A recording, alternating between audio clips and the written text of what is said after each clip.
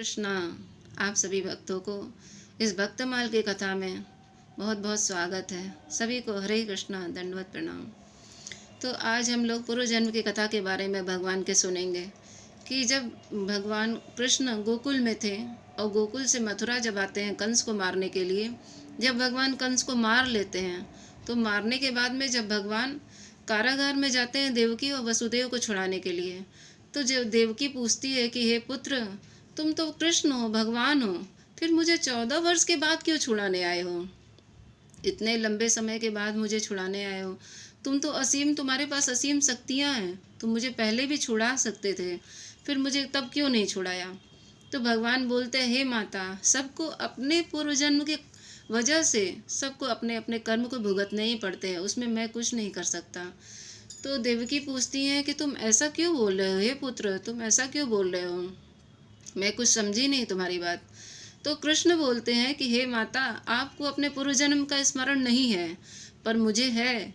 आप जब पूर्व जन्म में मैं राम अवतार में था तो उस समय आप कैकेयी के रूप में थी, और आपके पति जो इस समय वसुदेव हैं वो दशरथ रूप में थे। तब आपने बिना किसी कारण के मुझे 14 वर्ष का वनवास भेजा, और 14 वर्ष का वनवास भेजा था। इस कारण से आपको इस समय 14 वर्ष का, इस युग में, द्वापर युग में आपको 14 वर्ष का कारागार मिला।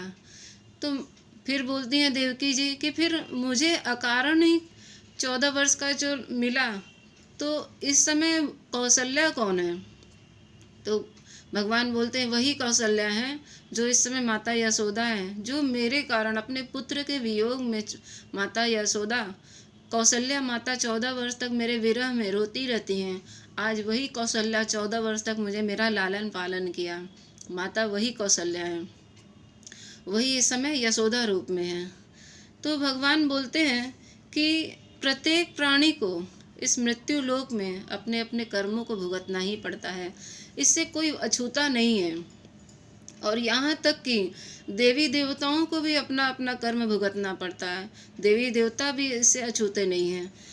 तो कहने का मतलब है, अतः अहंकार के बंगले में कभी प्रवेश नहीं करना चाहिए, और इंसानियत के, मनुष्यता के झोपड़ी में जाने से कभी संकोच नहीं करना चाहिए।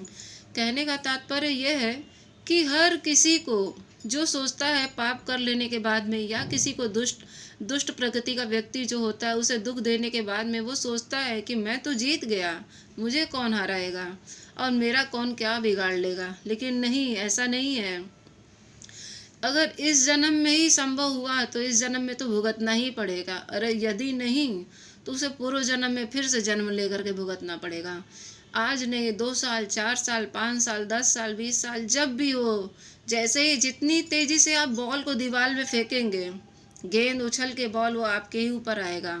जिस प्रकार से आप किसी को पीड़ा देंगे, दुख देंगे और कष्ट देंगे, उसे आपके कर्मों के फल लौट के आपके पास आएंगे।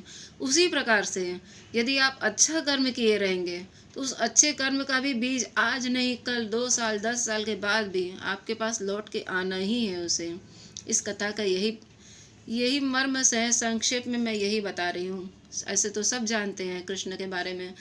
तो भगवान और ये नहीं है कि देवकी यशोदा कृष्ण के माता पिता थे तो उन्हें ही भुगतना नहीं पड़ेगा। नहीं नहीं, इनसे कोई अछूता नहीं है। कृष्ण, प्रकृति हमें हर किसी को उसकी सजा दिला के ही रहेगी, चाहे वो कोई भी हो। हरे कृष्णा। तो आपको ऐसा आज का ऐसा प्रसंग किसमें क्या अच्छा लगा वो ज़रूर हमें कमेंट करके बताइएगा।